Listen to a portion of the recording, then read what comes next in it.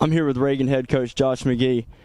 Coach, it's no question that you had a lot of guys who were incredible ball players that have graduated. You're filling a lot of shoes this upcoming year, but you should be excited, undefeated on JV. Kind of talk to me about some of those young guys you're excited about. I know specifically O-line as well, and a little bit of defense also. Yeah, I think at our level, you don't get a guy that goes to Notre Dame every year, or A&T, and so we definitely are going to miss those guys. And I don't really know how you fill their shoes really well. You were going to do our best, but these young offensive linemen. Our JV team did go 10-0 last year, and when you're going to start 4 sophomores and a junior this year, those 4 sophomores really should have another year on JV. And so, the one thing I think the biggest need for those guys is just the physical strength, something that comes along with, maturity and being in the weight room. But I tell you, they've worked really hard.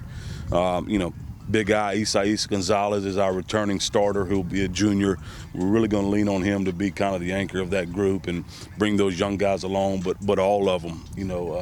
Big Issa Evans, he's a 6'6", 235 pounds. It's still growing into his body. There's Harry Simpson is a guy we're moving to tackle that played DN last year on our JV team. So a lot of those guys are just inexperienced.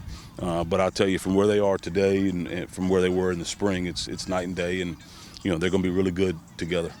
So that JV team was incredible to start the season, and then you made the decision that really paid off, bringing up Jacob Smith and bringing up Jalen Moore. Talk to me about your excitement with them. They're having a full year of varsity with you and summer practice as well. Yeah, they're just 2 really good football players and really good people. And, I firmly believe if we don't make that move last year, we probably don't finish the year like we did. And it just gave us a boost. But I also think it speaks volumes of the rest of our program, when you can take those guys off and still kind of go undefeated for the last 5 games of the year. It shows the talent that we have in that young group. And, again, excited for those 2 guys and what they're going to bring to our team this year. And now we're talking about, some inexperience, but your guys are going to learn real quick. You have a really tough schedule as well as the CPC. So kind of walk me through your mindset on the entire season as a whole and what you're most excited for with the entire team and getting that experience, because that's going to pay off, 2 to 3 years from now. Yeah, if you go back and look at our non-conference schedule for the last 10 years, it's always done like that by design. I think the worst thing you can do is go play teams that you can probably beat and get a false sense of who you really are.